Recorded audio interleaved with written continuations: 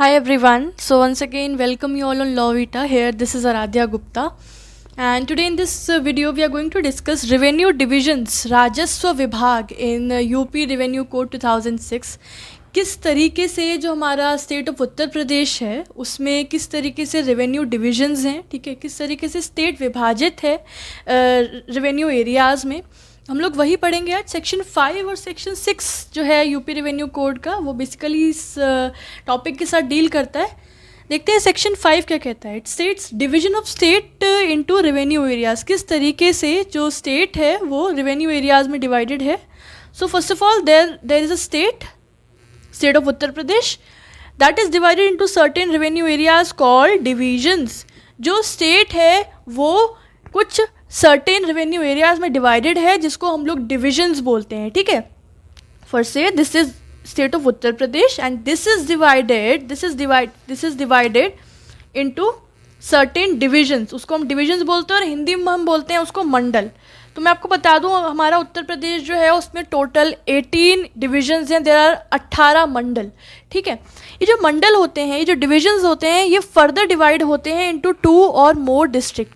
यानी कि ये जो आपके डिविजन्स हैं इनमें इनके अंदर 2 या 2 से ज़्यादा डिस्ट्रिक्ट होते हैं, यानी कि ज़िले होते हैं, ठीक है। तो divisions has been divided into district, ठीक है। फिर ये जो आपके डिस्ट्रिक्ट हैं, जो आपके ज़िले होते हैं, उन ज़िलों के अंदर आपकी 2 या 2 से ज़्यादा तहसील होती हैं, ठीक है। तो वो आपके रेवेन्यू एरियाज़ होते हैं। तो जितनी छोटी छोटी तहसील होती हैं, तहसील मिलके एक आपका ज़िला बनता है, एक डिस्ट्रिक्ट बनता है। फर्दर तहसील भी डिवाइड होती हैं। जो तहसील हैं वो फर्दर डिवाइडेड होती हैं इनटू सर्टेन परगनाज, ठीक है। एक तहसील के अंदर एक या एक से ज़्यादा परगनाज होते हैं, ठीक है। और वो जो परगनाज होते हैं, in each pargana there are 2 और मोर विलेजेस, ठीक है। उसमें मतलब 2 या 2 से ज़्यादा गांव मिलके आपका परगना बनता है, ठीक है। एक से ज़्यादा परगनाज मिलके इट कॉन्स्टिट्यूट तहसील, ठीक है। जब 2 या 2 से ज़्यादा तहसील मिल जाती हैं, they constitutes and form a district. When 2 और more district form and constitutes together and they form a division, right. And when there are 2 और more divisions they constitute a state. तो इस तरीके से आपका एक स्टेट फॉर्मुलेट होता है, या आई कैन से एक जो स्टेट है वो इस तरीके से रेवेन्यू एरियाज़ में डिवाइड होता है। क्लियर? चलिए, ये था आपका कि किस तरीके से आपका जो स्टेट है वो रेवेन्यू एरियाज़ में डिवाइडेड है। समझ में आ गया होगा। State to divisions, district, tehsil, pargana and village. अब हम देखते हैं कि उनको कॉन्स्टिट्यूशन कैसे होता है, किस तरीके से रेवेन्यू एरियाज़ फॉर्मुलेट होते हैं। Section 6 states about the constitution of revenue areas.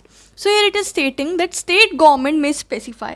तो यहाँ सबसे पहले जानने की ज़रूरत है कि जो स्टेट गवर्नमेंट है वो स्पेसिफाई करता है कि किस तरीके से या किस ढंग से रेवेन्यू एरियाज़ डिवाइड होंगे, फॉर्मुलेट होंगे।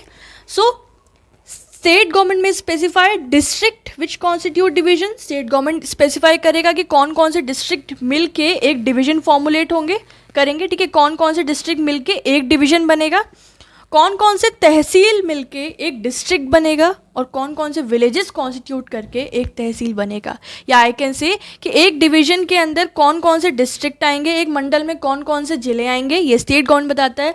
एक ज़िले के अंदर कौन कौन सी तहसील आएंगे, ये स्टेट बताता है। और एक तहसील के अंदर कौन कौन से विलेजेस कॉन्स्टिट्यूट करेंगे, this also the state government has a power to specify, right. इसके अलावा स्टेट गवर्नमेंट में alter the limits of any revenue area.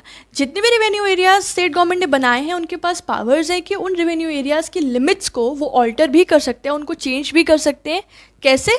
वो चाहे तो वो 2 या 2 से ज़्यादा विलेजेस को एक बना सकते हैं, उनको अमलगमेट कर सकते हैं, उनको जोड़ सकते हैं, ठीक है। एक से ज़्यादा तहसील को जोड़ के एक तहसील बना सकते हैं। इस तरीके से बाकी रेवेन्यू एरियाज़ को भी इट कैन अमलगमेट। इसके अलावा it has a power to readjust the areas. जितनी भी इसकी बाउंड्रीज़ हैं या रेवेन्यू एरिया लिमिट्स हैं उनको रीएडजस्ट कर सकते हैं accordingly. Plus state government also has a power to alter the name of the district या फिर alter the name of the village, ठीक है। उनका जो नाम है उनको भी चेंज कर सकते हैं, ये स्टेट गवर्नमेंट के पास पावर है। हमने पढ़ा था जैसे कि इलाहाबाद का नाम चेंज करके क्या रख दिया था, प्रयागराज रख दिया था, तो स्टेट गवर्नमेंट के पास पावर था ऐसा करने की, राइट।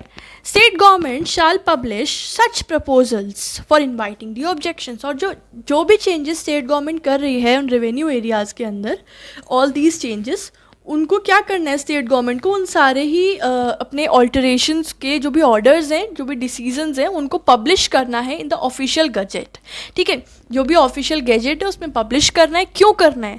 ताकि किसी भी व्यक्ति को, किसी भी ऑर्गेनाइजेशन को, किसी भी ग्रुप ऑफ इंडिविजुअल्स को अगर कोई भी ऑब्जेक्शन है, ठीक है, तो उसका प्रपोजल एक्सेप्ट किया जाए, उसको इन्वाइट किया जाता है। कोई भी ऑब्जेक्शन है तो आप लेकर आइए, ठीक है, और फिर उसको अकॉर्डिंगली कंसिडर किया जाएगा वाइल मेकिंग सच ऑल्टरेशन। ये स्टेट गवर्नमेंट कर सकता है, सेक्शन 6 में ये बताया गया है। और सेक्शन 6 में एक चीज़ लास्ट और बताई गई है, कलेक्टर के पास क्या पावर होती है कि वो स्टेट के अंदर 2 सर्कल्स होते हैं, एक होता है लेखपाल सर्कल और एक होता है रेवेन्यू इंस्पेक्टर सर्कल, ठीक है। लेखपाल सर्कल और रेवेन्यू इंस्पेक्टर सर्कल, तो जो कलेक्टर है उसके पास पावर होते हैं कि वो जितने भी एक तहसील के अंदर विलेजेस हैं उनको लेखपाल सर्कल में अरेंज करे, ठीक है, स्पेसिफाई करे कि कौन कौन से विलेजेस जो हैं किस पर्टिकुलर लेखपाल सर्कल के अंदर आएंगे और कौन कौन से लेखपाल सर्कल फर्दर किस रेवेन्यू इंस्पेक्टर सर्कल के अंदर कवर होंगे या उसमें इंक्लूड होंगे। तो ये कलेक्टर को स्पेसिफाई करना होता है बाय गिविंग सच ऑर्डर्स, ठीक है। उसके साथ साथ जो कलेक्टर है ही शैल ऑल्सो स्पेसिफाई कि जितने भी रेवेन्यू इंस्पेक्टर हैं, ठीक है, एक सर्कल के अंदर उनका हेड क्वार्टर कहाँ है, उनका हेड क्वार्टर कहाँ है, कहाँ पर बैठकर उनको जो भी रेवेन्यू मैटर्स हैं उनको डील करना है, ठीक है, जो भी ऑर्डर्स देने हैं, जो भी करना है अपने रेवेन्यू मैटर से रिलेटेड, उनका हेड क्वार्टर कहाँ है, ये भी कलेक्टर जो है वो स्पेसिफाई करता है, ठीक है। तो ये था आपका रेवेन्यू डिवीजन। सेक्शन 5 में पढ़ा किस तरीके से स्टेट रेवेन्यू एरियाज में डिवाइडेड है, सेक्शन 6 में पढ़ा कि स्टेट गवर्नमेंट कैसे कॉन्स्टिट्यूट करती है, किस तरीके से वो ऑल्टरेशंस कर सकती है,